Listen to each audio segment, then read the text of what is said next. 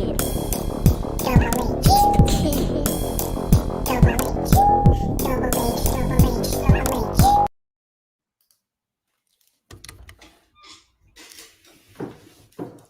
going to win the game.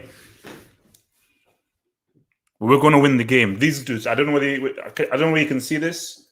These dudes right here, these dudes, this right here, going to win the game. Referees need to use something that we call the initiative.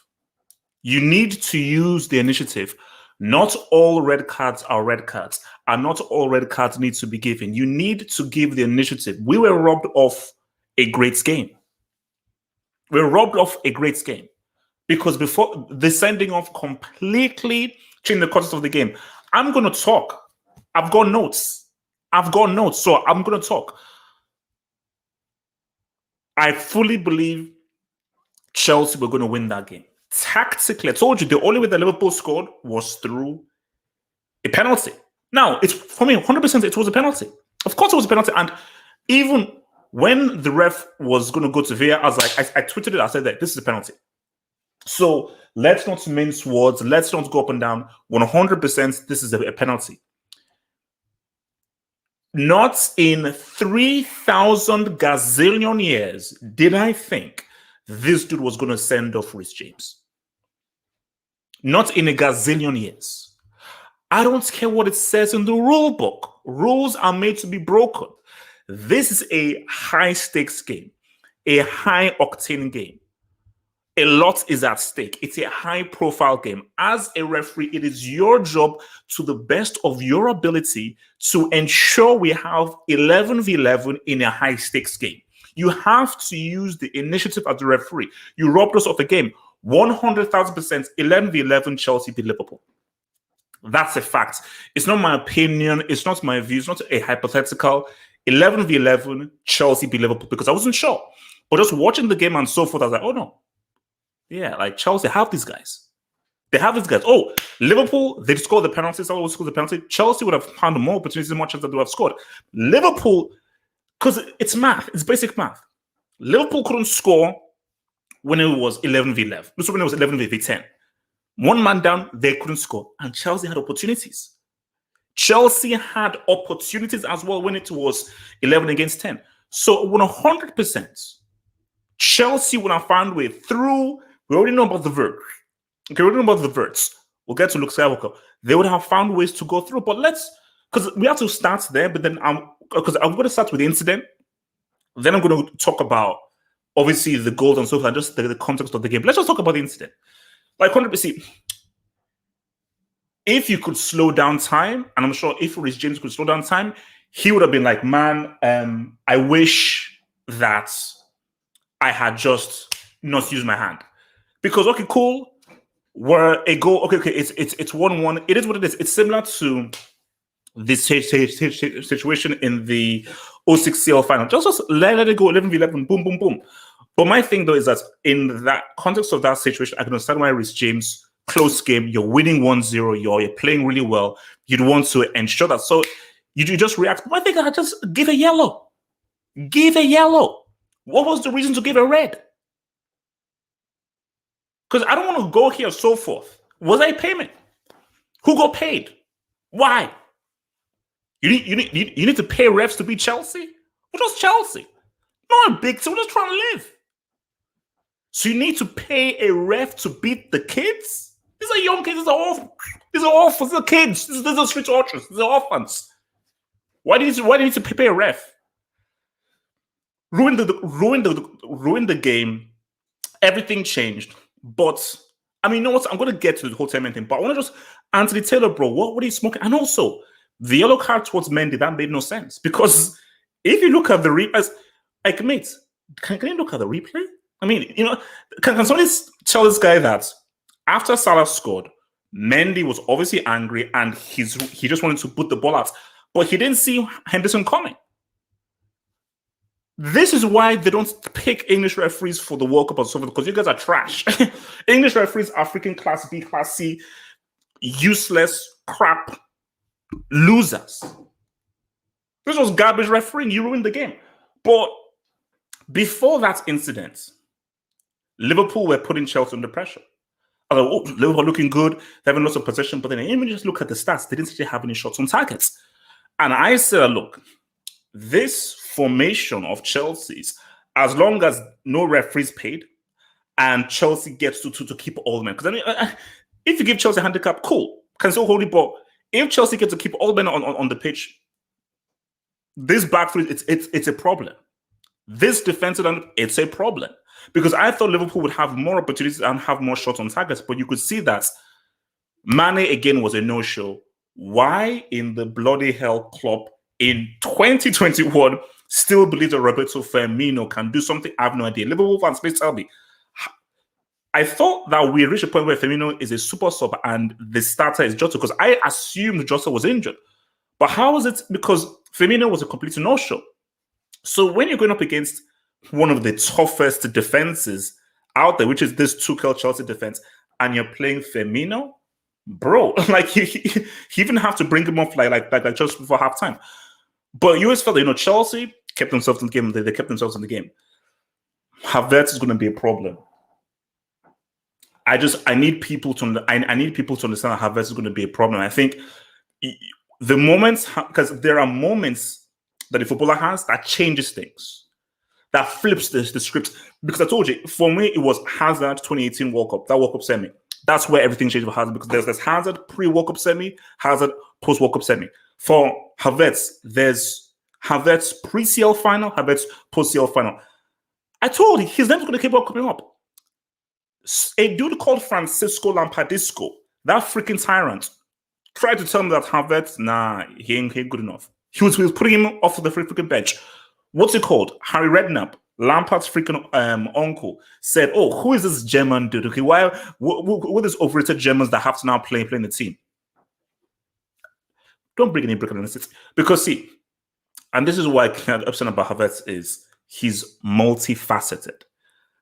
You see, because I told you, all because he can score goals doesn't mean that should be his main thing. The beauty about Havertz is that you want goals, you want passing, you want playmaking, you want dribbling, you want me to carry the ball, you want me to link in play, you want me to combine with people. I've got so many styles. So he should, listen, it's almost to the point of where he should be given a free role. It should be done, he's not there, but he is getting towards the point where, especially for Germany, I think once he reaches 25 or 26, he can actually be Germany's free roaming playmaker. That's how good this freaking kid is. So that goal from Havertz was money, because it was almost dropped by esque from the CL final, because the ball coming in away from goal and to loop it over Alisson and just clip the bounce over, that was money. Chelsea at 1-0, super comfortable, but Liverpool were always going to come back. They were always going to come back. Let's talk about Lukaku. Let me hit these dubs. So actually, no, don't worry. Send your super chats. I'm going to do a super chat after. Let me just get this out. I will deal with your super chats after. So guys, if you want to send your super chats, send them in. I've got them there. I will address them once I just get this off. Okay, Lukaku. Look, look, guys. Pick up what I said before. My first choice was Haaland. Didn't get him. My second choice was Lewandowski. Didn't get him. Messi. Boom. But I was talking with Lukaku. And what did I say? Please, call me. What did I say? Lukaku is here to start pad against the smaller teams. But my biggest criticism against Lukaku is the big teams and the big players. He had a decent game, but you could definitely see that this was a massive step up from Arsenal. Arsenal are currently bottom of the table. They've conceded, I believe, 9 goals and they're on 0 points and they haven't scored a single goal. So dealing with that, and this is a huge step up. And obviously, he had one really great movement, which is where he bamboozled your boy Matip. But he found it difficult. But you know what annoys me? This is what annoys me. We can't... It's an unfair test. I would have... Because, again, playing with 10 men, he's even more isolated. So it becomes... The degree of difficulty is even greater. Like, it's already hard. 11-11, it's already hard because you're up against 2 very good central defenders in Matip and Van Dijk. But against 10 men, bro, it's tough. But you could see, though, that for Lukaku, it was like, oh no, Van Dijk and Matip, they're much more intelligent. They're much more craftier, they're much more experienced, and they're just a better class of defenders than the trash scrap heap that you played with against Arsenal.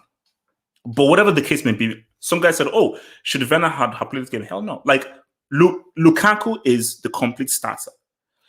But when we now go deeper into this whole thing, you say to yourself that, is this a situation where, Mount is useful, but do you get playmaking from Mount? I don't care what anyone said. This is football facts. Mount works harder than Ziyech. Mount is defensively better than Ziyech, and Mount is maybe much more of a goal threat than Ziyech. But Ziyech is a better playmaker. Ziyech is a smarter player. Ziyech is a better creative player. And when you have a striker, you need an expert passer. Check out the whole Snyder Milito thing, man. So that's the thing there. But I want to come over to Liverpool now. You saw how Chelsea reacted at full time. And when you look at how Chelsea reacted at full time, I told you, like, this was actually it was theft, because Chelsea had to change their game. But Chelsea, okay, fine, pay the ref, rig the game. You're still not going to beat the kids. You still won't beat the kids. You still won't beat the kids. Rig the game, rig it, cheat, pay the ref. How much do you want to pay the ref? Pay the ref. What? So Chelsea were like, you know what? That is a great result, because Chelsea, no, we would have beaten these guys 100%. We would have beaten these guys at Anfield. We would have served them off our field of honor if not for the ref. But fair enough, ref was paid. That happened. 1-1 is a good result for Liverpool. Now, should they be worried? Because this now goes to the point of where I still feel Liverpool are a threat because of how good this first team is. But it now goes to the point of, if you're not bringing in any new blood or new players, then you run into a situation here where you don't have enough guys who can now figure out ways or figure out solutions to stop a team with 10 men. Because let's keep it real, Chelsea were down to 10 men for a pretty large portion of the game, and Liverpool were unable to break them down. Yes, they had their chances, and yes, they had the opportunities, and Chelsea had to make saves. But if you're Liverpool, you will feel frustrated that, wait a minute, this was a great opportunity to get 3 points against 10 men. And if you're Liverpool right now and say to yourself, look, this is Anfield. This is our crib. Because if you're Liverpool, you do believe that we should be able to beat this Chelsea team 11 against 11. But the fact that we're not able to beat them, you should not be worried. And this now goes back to Liverpool's transfer business and FSG. Because you should always improve. Of course, it's a great first team, because this is the bulk of the team that got 99 points. This is the bulk of the team that won the UCL. But even the best continues to improve. Like, what's the saying? The saying says that even a genius asks questions. Even if you're at the very top and you've won everything, you have to still improve. You have to improve. You have to still improve. And my thing that Liverpool just haven't improved in the market. Like, and I think first of all, Firmino is washed. That guy, I don't know how Firmino still has any operation. The guy, Firmino was last relevant like two years ago. I'm not sure what's wrong with Mane. Mane might be an issue. Mane might be an issue because the guy just isn't as sharp as he once was. So what you have is really the two most brightest attackers for Liverpool are Salah and Jota. Those are the guys who you feel, okay, a goal can come here. There's something missing from Mane. But I feel that you have to try and find something. Firmino is finished. Like, there's nothing can help Firmino. Firmino should be a guy coming off the bench. Like, he's done. But for Mane, because I know what, because this is sounding Mane. This is sounding Jeremiah. This is LDO. I know what LDO can do, because if LDO shows up, Chelsea lose this game. You know? But really, this attack was, I mean, what did Mane do throughout the second half? What threats did he have? Salah was there. Jota was there. What would he do? We already know what Trent was doing. So for Liverpool, this now goes back to say to yourself that this is why you have to buy an attacker. This is why you now have to buy a new player, because a new player and a new signing gives you new ideas, gives you new fresh ideas, gives you a different tact. You can't have the same exact team, specifically in a league. Now, maybe in a sale you can do what Real Madrid did, but specifically in a league, you can't expect to have the same exact team and expect to win the league over multiple years. Fergie, those years that he won it, kept improving, kept improving, kept buying. If all you can give me is Konate and that's it, and they didn't even play. But for me, I hate when games are ruined like this. See, if it's a clear red card, fine. I would have loved to have seen 11v11. I fully 100% believe 11v11 Chelsea win this game. I believe that because I think what you're seeing is a very, very good team. That's what you're seeing. I'm going to get last thing here. And we're going to discuss this on the Hangouts tonight. What does Jorginho do? You see, I'm hoping that Kante was injured because I'm watching, because it's beautiful because you can now see both of them play. So I'm watching Kante and watching Jorginho, and I say to myself that Jorginho, he's decent. He's high. He's good. But see, it's like what Jadakiss said in that Versus. No, Jorginho is good. He's good. He's not Kante. So is UEFA not saying that Jorginho is a better player than Kante? Or Jorginho at any point in time, even through birth, was as good as Kante? Because even before, because I think Kante may have had an injury, but just see how important Kante is and how good he's on the ball, how good he's off the ball. Jorginho is like, you just do basic things. Because in myself is, you're supposed to be like a register. So you're supposed to be Pielo's role. So because you're supposed to be doing what freaking Fabinho's doing. So if you're Pielo's role, bro, can you create some freaking passes? Tell me, I think this guy tried to do one penetrative pass that went nowhere. Can you play make? I think you're supposed to be like a DLP, a deep line playmaker. So what does it do? I'm not hating. Fair enough, you got the UEFA medal. But what the hell do you contribute to this freaking team? And also, where was Ziyech? See, but you see, my thing is, this is the difficulty. Because I need Ziyech. Okay. My front three, I don't care what anyone says. My front three is Luke Skywalker, Ziyech, and the Vets. That's my front three. Okay. So you fanboys can say whatever the heck you want. Shout him out. I don't give a damn. I'm telling you, this is football reality. Ziyech, Luke Skywalker, and the Vets. That's the treble. AKA the quadruple. But because they went down to 10 men, I can understand because obviously, man, since it's better defensively, you don't want to bring Ziyech in there. But for me, I think I would have started with freaking Ziyech. I would have started with Ziyech. Then once you now go down to 10 men, all right, you could bring up Ziyech for Mount for more of that defensive work. But look, man,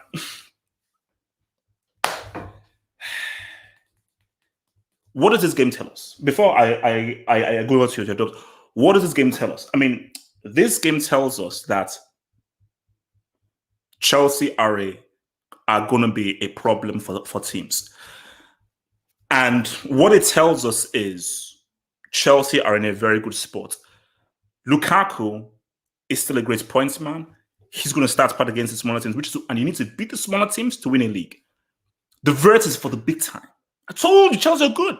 Lukaku is for start padding. The Vert is for the big time. Because the Vert says what's up in big time. That's why he's here. Because he's a big dog. He's a big dog. He's tier 2. Borderline potato. He's tier 2 right now. So Chelsea are good. That's defense. And the midfield with Kante, teams will find it very difficult to break this team down. So what you have is you have goals. You have a goal-getter in Lukaku against the smaller teams. You have a big-time goal guy in Havertz. Once Ziyech fits into this team, things change. So the attack is going to be popping up. We know Kante holds down the midfield beautifully. And that defense, nobody can pass.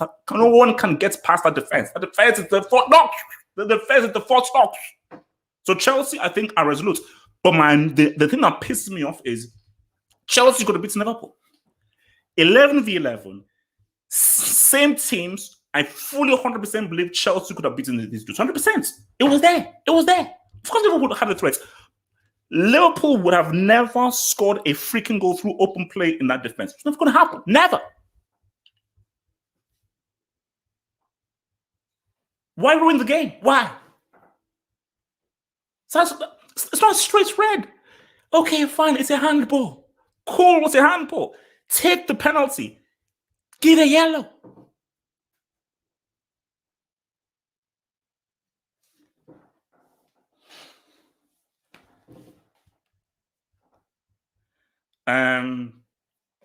Shout out to your boy Latsin Lozario. Thank you for the super chat, Latin Lazaro, who supports Juve, by the way. Arsenal got Benjamin Mendy, the HH. Martin Rosario, I will not comment on that because the man is currently in prison and behind bars. So I will be moving on very swiftly. I cannot talk about any under investigation. Martin Rosario, please have some respect. From a boy, MC, who says Arsenal got Ben Mendy again. F Chelsea, 100% red. MC is a Man City fan, and MC has PTSD because Chelsea beat the living crap out of Man City, who've spent 3 trillion. Now, you say F Chelsea, that doesn't make any sense because your Bombers club has spent 300 trillion while being funded by illegal oil money and illegal blood money and illegal slave money. And even if it's slave money, oil money, and blood money, you still couldn't beat a team built off scraps and orphans in a UCL final. So empty. The club you support is trash. It's crap. It's useless. That's what I'm trying to tell you. Boy, Casey, thank you for super chats. Casey, thank you for super chats. HH, Chelsea had 0.38 XG before red to Liverpool's 1. Lukaku was so bad. Mount is the most useless player ever. Both teams have a dead attack. Casey, welcome to Half Hoped Football Huts. I hope you enjoyed it here. In Half Football Huts, we don't use that complete, utter garbage, trash piece of nonsense known as XG. What the bloody hell is XG? I expected goals. Expected goals. Expected goals. Do I look like a freaking scientist? Do I look like a freaking nerd? Expected goal. I use the eye test. And the eye test tells me that Chelsea were fully comfortable and Chelsea were in the way to winning that game. So also don't give me that crap about XG. Also, Casey, you support Barcelona. So Casey, I hope you don't get baptized against Bayern because we're going to have a hanger. Okay, if you get baptized, because if Bayern beat the living crap out of you at Camp Nou and it's 7 or 8, you know we're going to have a stream. So Casey, watch how you freaking tread. Lukaku was so bad. Did you watch the game? Yeah, he had a few touches here and then so forth, but Lukaku did some good link-up play. And if it was 11v11, Lukaku would have scored. 100%. If it was 11v11, if it was a fair game, he would have scored. Mount isn't useless, but he just ain't that great. So he's not useless, but he's not as great as people think he is. So, it's as simple as that. Suleiman, thank you for the super chat. Chelsea are hard to beat. Tuchel, defensive genius. Yes, I think, Suleiman, I fully agree with you, man. Chelsea are a problem, and it's going to be very hard for people to break them down. And 11v11, if there's no cheating and the game isn't rigged, teams are going to find it very hard to beat Chelsea because people will find it very hard to get past this defense, which is very resolute. And once Lukaku grows more familiar, and the key thing, once the attack starts to pop up, especially with a ZH, woo-wee, Chelsea going to be a serious problem for folks. Also, this is a team that people should be fearing. From Lead Level Ludio says, where was Lukaku today? He was playing against Liverpool at Anfield, and also he scored a goal in his opening game against Arsenal. Did you see what he did to Matip? I don't know, maybe Red Devil, I will DM you what he did to Matip. He made Matip look like a fool. So, I mean, so he did something. He had an alright game. He had an alright game, so relax. From RXDSZA, who says, all front three had bad decision-making. Defense 100. Mounts, I think Ziyech is a better option than Mounts. For me, Mounts is not a playmaker. And I think Mounts in that position isn't good for Chelsea. Chelsea need a far more technically gifted, far more craftier, cleverer player in that position, which I think is Ziyech. So yeah, but I mean, I wouldn't say the on front three were better, but RX, you can't judge them based off when they're down to freaking 10 men. You can't, because when you're down to 10 men, you cannot fairly judge them because the complexion of the game has completely changed. It's just completely changed. So Chelsea had to play a completely different game. Now, if they were still bad and it's 11-11, okay, that's fair. But when I play down to 10 men, you now have to play a plan B, which is different from what your plan A is. From your boy Jay Jokin, who says, Lukaku is saying what's up to Martial in Class B. Jay Jokin, who do you support? I think he might support Manchester United. So I ask is that when last did you win a major trophy? Red Devil and so if you support that Bombers club, Man United, when last did your guys win something? Also, you're dealing with the UCL champs, okay? You're dealing with the UCL champs, so can you please have some respect? And sorry, but Lukaku isn't a brick. I'm sorry. Martial is a brick. Martial is Class B. Lukaku ain't touching the brick academy, as if not yet. From Mohammed, man. Thank you for the super chat, Mohammed. Mohammed says, FSG are clowns. Any Liverpool fan who defends them are clowns and are no longer true supporters. Also was a penalty and red. Cry more. Mohammed, it was a penalty. I fully admit that was not a red. Sorry. It was not a red. You didn't have to give a red. You didn't have to give red. Give a yellow. Give a yellow. Okay, yes, it is his hand. It is his hand. He didn't do. See, a red would have been if he did like a Superman and tried to save it. It is his hand. So give a yellow. For me, FSG, man. You see, when a manager does well, think of it this way. Ole Gunnar Solskjaer has done nothing for Man United apart from add the cobwebs in the trophy cabinet. And he was given Varane, Sancho, and now Cristiano. Klopp has given you 99 points Premier League win. He's given you a CL win. CL finalist as well. And what does he get for it? Nothing. Absolutely nothing. So that in itself is fully wild, man. So yeah, I mean, if you're a Liverpool supporter, you should be pissed off that a manager who has done well for your club has not been given the proper support. And you see, here's the thing. If Liverpool gets a major injury, they are screwed. Now, if they have no major injuries, I still feel like if Liverpool will do well. But I said to myself that, okay, even if they don't get any major injuries, you can't have the same exact team and think that you can do well. Because Liverpool got lucky in that 99-point season, not because they won it. They got lucky in the sense that they didn't have any key injuries. Liverpool are one key injury away from this whole derailing. If Van Dijk goes down, if Salah goes down, if Trent goes down, they're in serious issues. Those are key guys. So you have to have a squad and guys that are able to come in and at least deputize for guys, and they currently don't have that. Is Simon Castro really a good deputy for Robertson? Who is the deputy for Trent? Who can come in and fill in Trent? Who can fill in Van Dijk's boots? Nobody can fill in Salah's boots. So it's pretty tricky in there, man. So from your boy Dul Inco, thank you for the super chat, Duke Inco. Thank you, man. Dul Inco says Van Dijk dominated Lukaku. Ruben Diaz still better than Prime Dijk. Put some respect on Van Dijk's name.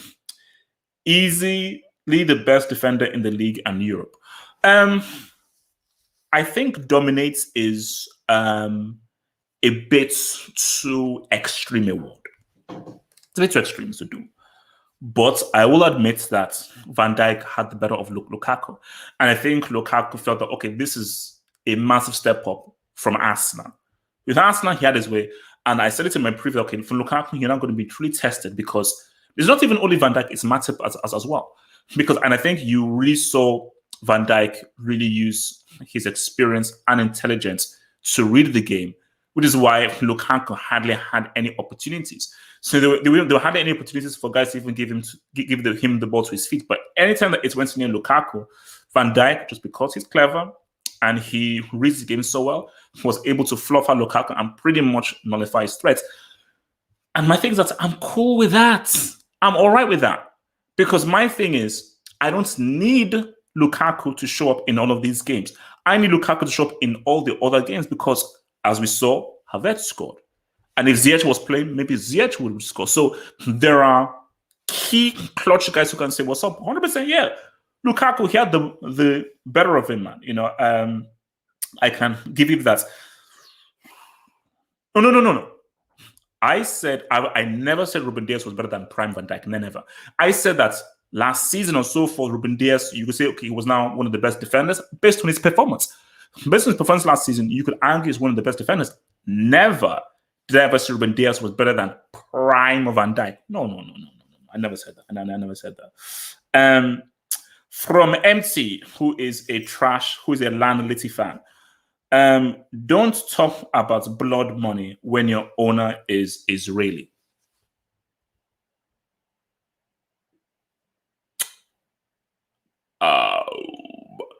MT, I'm gonna plead the sixth there. But MT, we still beat the crap out of you in the UCL final, man, and you still suffer from PTSD. So if you want to stop supporting Man City and join Chelsea, feel free. Wait, MC, how close were you to this? How close? You were so close. You were so close to this way. You were so close, but we ruined your dreams. From your boy, Dungu Kamau. Dungu Kamau says, thank you for the super chat, Dungu Kamau. I love the look Skywalker hates. Apparently down to 10 men, he should now do magic. Dungu Kamau, ignore. Because Dungu Kamau, there are people who are narrative merchants. Because people want a narrative to be, hey, it seems as Lukaku is trash. And as I said again, if Lukaku had this kind of game 11v11, fine. Unless you're stupid, brainless, or just thick-headed and dim-witted, unless your mom dropped you as a baby when you were young, you realize that when it's down to 10 men and you're pretty much playing as a lone striker, it's going to be pretty difficult. It's going to be pretty difficult to do anything. So it was hard to judge Lukaku. First, it was already going to be hard for Lukaku against Van Dijk and Matip at Anfield. Now it's down to 10 men. So you have one man less. And now you've now gone ultra the defensive. Bro, it's going to be even harder. Only peak Drogba will be able to try and do. Even peak Drogba would freaking struggle under those circumstances. So for me, it is, you cannot judge Lukaku's performance fairly based on how Anthony Taylor was paid and ruined the freaking game. But Dunkamau, forget about it. See, Dunkamau is like, ignore them.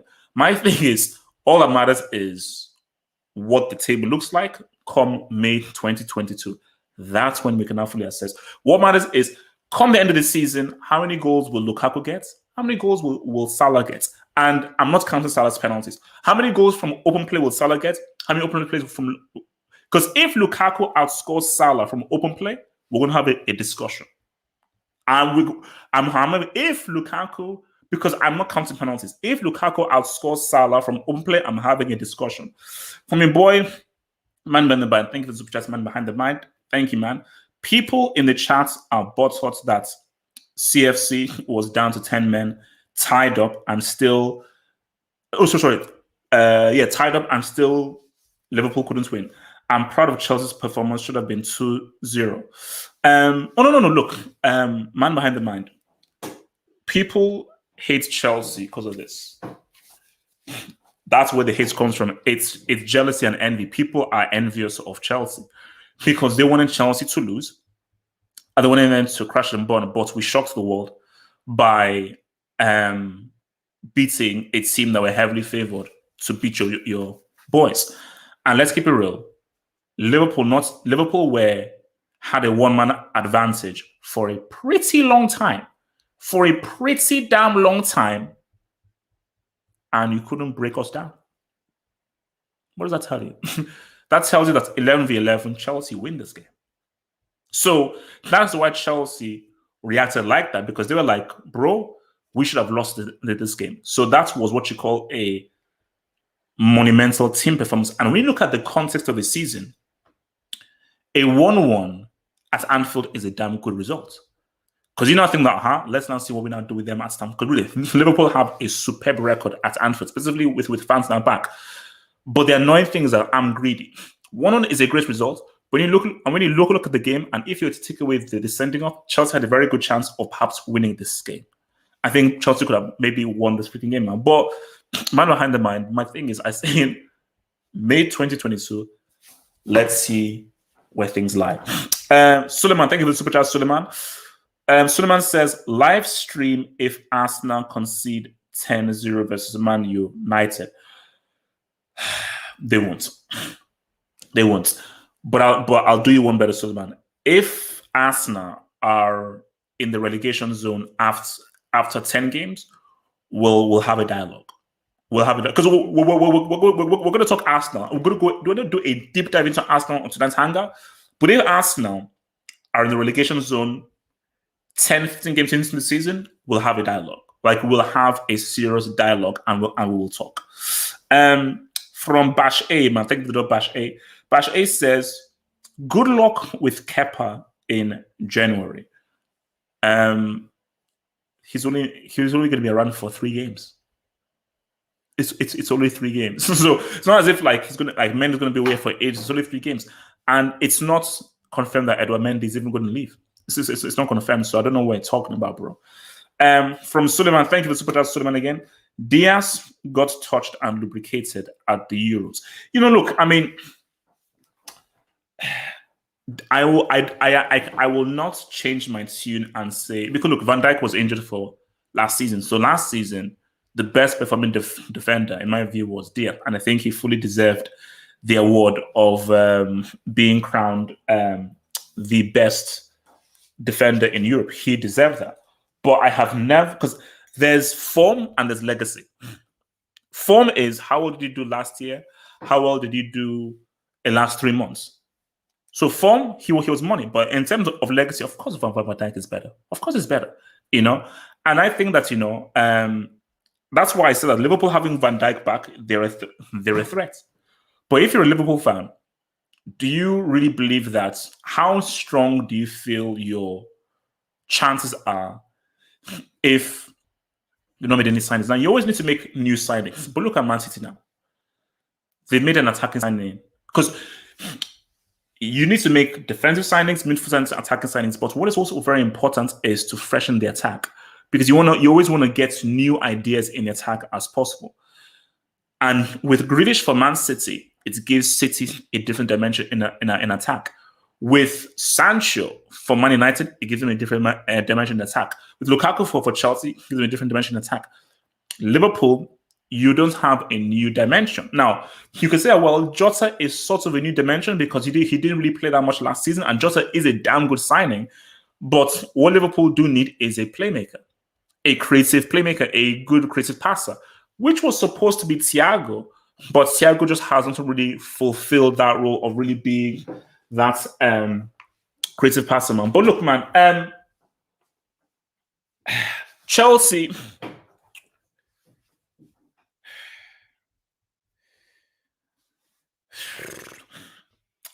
I mean, we're going to have a serious conversation, man, about this whole month. Because, see, this is where the dilemma is, because I was at the Chelsea Mega Store, like that's where I did the preview.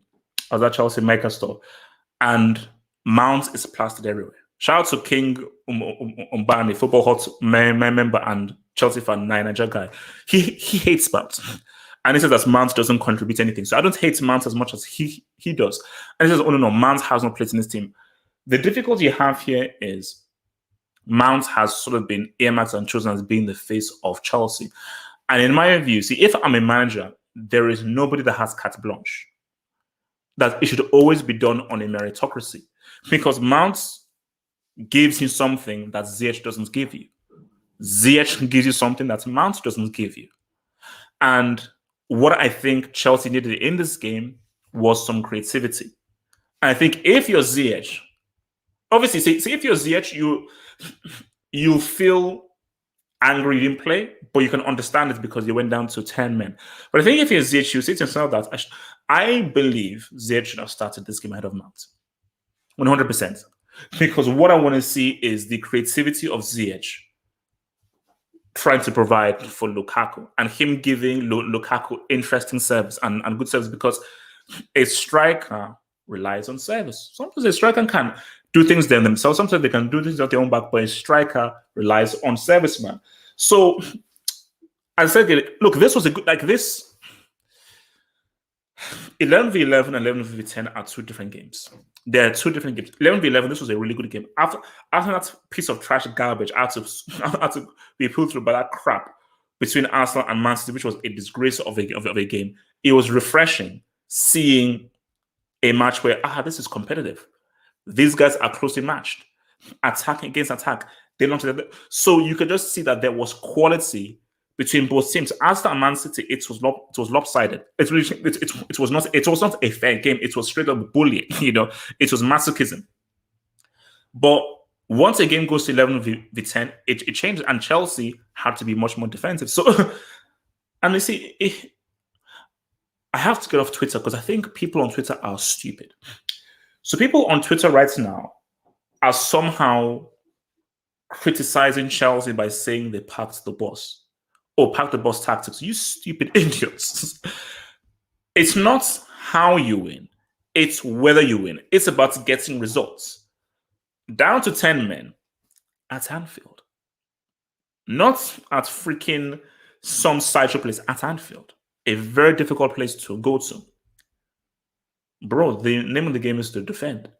But unlike Arsenal, yes, Chelsea defended, but they launched attacks. Like, you saw an opportunity where I think it came over to Alonso. Alonso put it across, and I think Matip made the block on Lukaku's shot.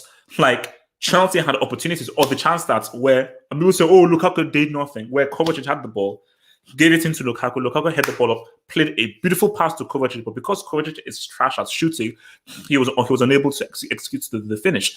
So for Chelsea, based on the circumstances, it was a damn good result, and that is why you look at how Arsenal operated with 10 men and how Chelsea operated with 10 men. That just shows you the difference and golf in class and golf in quality. Because Chelsea couldn't play exactly the same way. When you're down to 10 men, the first thing you have to do is defend. The second thing you have to do is now protect the ball and play with the ball. And that's why it's always going to be, that's why I feared for Chelsea, because Liverpool press high, are very relentless and very eager to win the ball back. So it is very important for you to keep hold of the ball. And I think when you're down to 10 men, you have to be very economical with how you use the ball and very clever in how you pick your passes.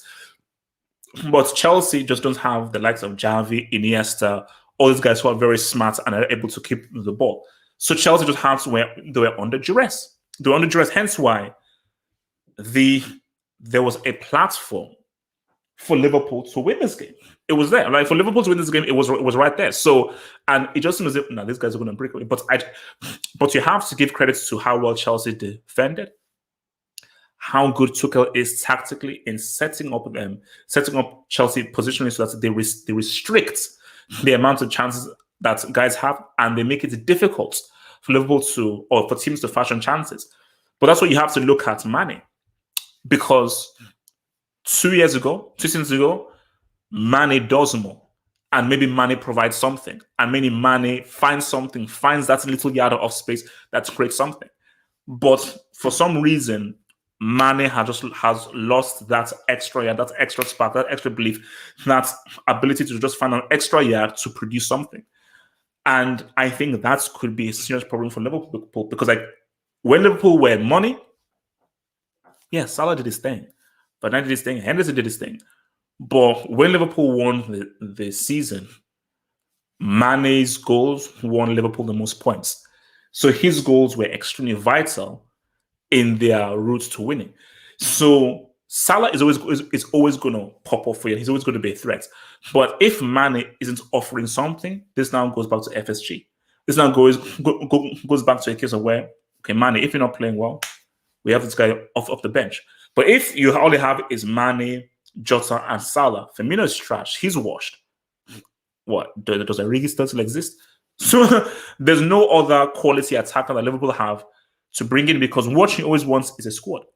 Because what he wants is a case of where nobody is safe. And if, like a Mane, you're not popping off, we will bring you off. But now you can't bring off Mane for anyone, because even if he's not playing well, it is still a better option to leave him on the pitch and hope he does something than bring in someone that is much trash like a Firmino instead. Shout out to your boy, man behind the mind. Thank you for super chats. HH, off topic. Have you ever bet on football? Yes, I placed a bet once, and that was the last time. My bet was on Ronaldo, R9, to be top scorer at the 06 World Cup. I bet £5. and he turned up overweight.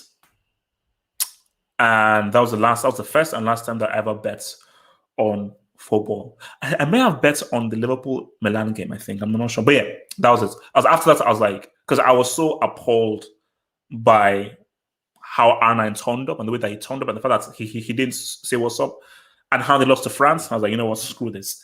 Empty man, thank you. LT, thank you for the super chat, LT. The CFC train kicked me out because of my skin color. LT, these jabs and so forth are not going to get to me. I told you, I don't know who those racist piece of trash clowns Chelsea are. I'm an independent CFC complicated fanboy. MT, Man City spent 3 trillion and still can't win this. You overspent using blood money, slave money, and oil money and couldn't beat a bunch of young dudes and scraps. MC, I'm sorry, but you guys need to hold the L. Guys, please, if you're new, subscribe. And please like the video. If you like content, if you like quality real analysis, please like the video. So guys, we'll be back here tonight, 10:30 p.m. Hangouts, and we have lots of stuff to discuss, particularly about Arsenal. But final thoughts. I predicted 1-1, but I didn't think it would be 1-1 in the way that it was. I feel that if you're Chelsea, you'll feel confident because you're like, we can very much compete with these guys, and we can stand toe-to-toe with these guys. You'll be disappointed because I think Tuchel especially would have wanted to see how do we match up against these guys 11v11 over 90. I think he would have seen that. But he said, you know what? Even if we didn't see 11v11, at least we saw 11v10 and we coped well. And that is great for a manager because what a manager wants is how well can my team cope under different conditions, under difficult conditions, and how well can we react? What is our character like? Because character is what makes you win those trophies. So if you're Chelsea, you look cool, you're fine, and people need to worry about Kai Havertz. Havertz is going to be a problem because this kid is getting better and better and better and better. And you just have to marvel at how multi-talented he is because he has so much ability and so many different talents. I think it could be really scary if this can continue to improve what he now becomes. Because I almost think of it back to Draxler, what Draxler should have been for Germany. Because Draxler was a guy with incredible ability. So where Draxler fell is probably where your boy Havertz is going to succeed. Where Liverpool are concerned, the team is still good. And he still saw hints and glimmers of that Liverpool of old. Klopp is smoking crack, thinking that Firmino should still be playing. I think Klopp might be a bit of a Disney Plus merchant because he still believes that, well, I'm going to have faith and loyalty. Loyalty is overrated.